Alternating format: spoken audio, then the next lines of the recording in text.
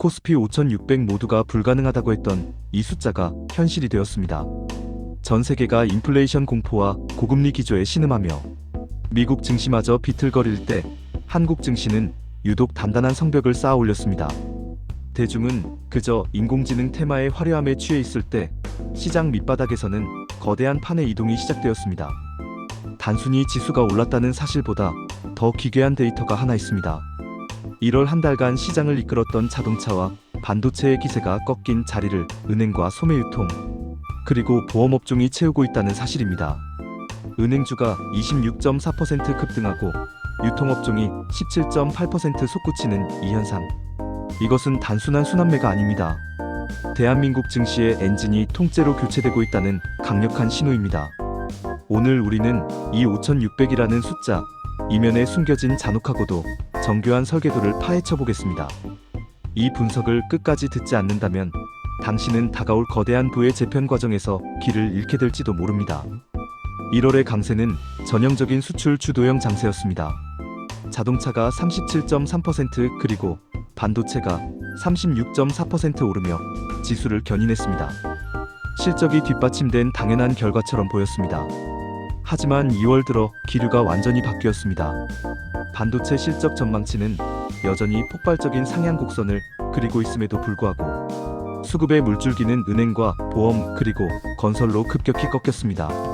왜일까요? 시장은 지금 이익의 양보다 이익의 질에 집착하기 시작했기 때문입니다. 그 중심에는 제3차 상법 개정안이라는 거대한 단두대가 서 있습니다. 이 법안의 핵심은 명확합니다. 자사주를 사들였다면 1년 안에 반드시 태워버려라. 즉 자사주 소각 의무화입니다. 그동안 대주주의 경영권 방어 수단으로 악용되던 자사주라는 방패를 빼서 주주들에게 돌려주겠다는 선전포고입니다. 여기서 우리는 이 현상을 관통하는 핵심 지표인 PBR 즉 주가순자산 비율을 완전히 새로 정의해야 합니다. 단순히 PBR이 1배 미만이라서 싸다는 낡은 논리는 버리십시오. 지금 시장이 계산하는 것은 적정 PBR입니다. 적정 PBR이란 기업이 자본을 활용해 벌어들이는 수익성인 ROE가 주주가 요구하는 비용을 얼마나 상회하느냐에 따라 결정됩니다. 쉽게 말해 장부에 적힌 자산이 실제 돈을 벌어오는 근육인지 아니면 그냥 쌓여있는 지방인지를 가려내는 작업입니다. 현재 한국 증시의 PBR 1.56배는 ROE 12.4%를 고려할 때 여전히 적정 가치 대비 18%나 할인되어 있습니다. 지수가 5,600에 도달했음에도 불구하고 데이터는 여전히 추가 상승 여력이 충분하다는 결론을 가리키고 있습니다. 잠시 중간 정리를 해보겠습니다. 지금의 시장은 단순히 장사를 잘하는 기업을 찾는 장세가 아닙니다. 법적인 강제성에 의해 주주에게 돈을 돌려줄 수밖에 없는 구조를 가진 기업을 선점하는 게임입니다. 은행주와 보험주가 폭등한 이유는 그들이 이미 주주환원율 50%를 돌파하며 숫자로 그 의지를 증명했기 때문입니다. 이제 우리는 더 깊은 곳으로 들어가야 합니다. 과연 모든 기업이 이 축제의 주인공이 될 수 있을까요? 여기서 우리는 시장이 놓치고 있는 치명적인 각주를 읽어야 합니다. 바로 예외 조항입니다. KT와 같은 외국인 투자 제한 업종, 그리고 주요 항공사와 방송사들은 자사주를 대규모로 소각하고 싶어도 할 수 없는 법적 모순에 직면해 있습니다. 주식수가 줄어들면 외국인 지분율이 법정 한도인 49%를 넘기게 되기 때문입니다. 또한 M&A 과정에서 발생한 이른바 비자발적 자사주도 문제입니다. SK 주식회사는 무려 3조 6,813억 원 규모의 자사주를 보유하고 있지만 이 중 상당 부분은 합병 과정에서 발생한 물리적 유산입니다. 이를 강제로 소각하게 된다면 기업 입장에서는 경영권 방어의 핵심 보루를 잃는 셈입니다. 이것이 바로 밸류업의 역설입니다. 주주에게는 호재일지 모르나 기업의 장기적 재무 전략에는 거대한 구멍이 뚫릴 수 있다는 뜻입니다. 시장이 소각이라는 단어에 열광할 때 우리는 냉정하게 계산기를 두드려야 합니다. 코스피와 코스닥을 합쳐 약 22조 원에 달하는 특정 목적 자사주가 현재 강제 소각의 위기에 처해 있습니다. 이 거대한 숫자는 한국 증시의 시가총액을 뒤흔들 수 있는 시한폭탄과 같습니다. 단순히 싼 주식을 사는 것이 아니라 싼 가격에 샀는데 알고 보니 수익성도 높고 주주에게 돈도 잘 돌려주는 복합 함수를 풀어야 합니다. 데이터는 경고합니다. 수익성이 뒷받침되지 않는 철강이나 에너지 같은 저 PBR 종목은 조만간 차익 실현의 재물이 될 것입니다. 반면 수익성이 개선되는 금융과 우량 유통주는 타겟 PBR 자체가 상향 조정되는 리레이팅 구간에 진입했습니다. 그렇다면 반도체는 끝난 것일까요? 절대 아닙니다. 모두가 내수 가치주에 한눈을 팔 때 삼성전자와 SK하이닉스는 조용한 혁명을 준비하고 있습니다.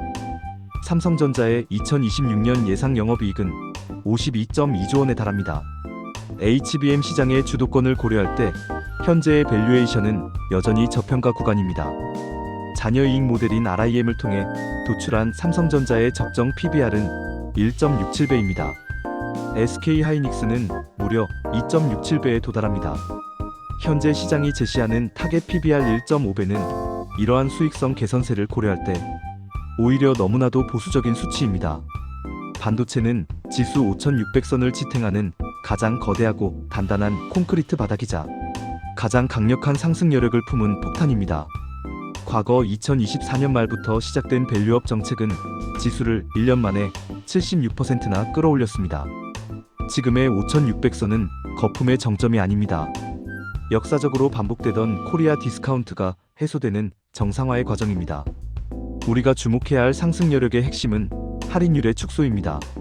주주환원율이 전년 대비 15%포인트 상승할 때 기업의 할인율은 10% 이상 기계적으로 축소됩니다.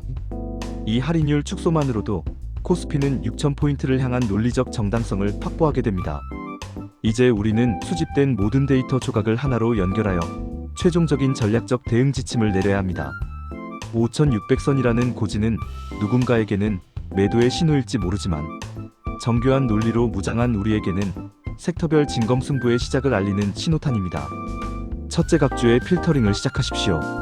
KT와 같은 외국인 지분 제한 기업이나 SK처럼 비자발적, 자사주 비중이 높은 기업은 소각 의무화 예외 가능성이 큽니다. 이들의 밸류에이션 상단은 반드시 보수적으로 설정해야 합니다. 둘째, 수익성 중심으로 포트폴리오를 재편하십시오. 단순히 PBR이 낮은 기업이 아니라 하나증권 RIM 모델 기준 ROE와 COE의 스프레드가 확대되는 기업을 찾아야 합니다. 수익성이 비용을 압도하는 반도체와 금융주를 핵심 포트폴리오로 유지하십시오. 셋째, 입법 타임라인을 주시하십시오. 2월 말에서 3월 초 상법 개정안의 최종 문구가 확정되는 시점이 시장의 단기 변곡점이 될 것입니다. 장부상의 숫자가 아닌 실질적인 자본 차감 시그널이 나오는 기업에 모든 화력을 집중하십시오. 데이터는 거짓말을 하지 않습니다. 다만 대중이 그 목소리를 듣지 못할 뿐입니다. 우리는 공시자료의 작은 숫자 하나, 그리고 법안의 사소한 문구 하나에서 거대한 반전의 실마리를 찾아내었습니다. 이 비밀스러운 통찰을 공유하는 과정이 결국 시장이라는 거대한 게임에서 승리하는 유일한 길임을 확신합니다. 이 통찰의 무게를 견디며 다음 파동을 준비하십시오.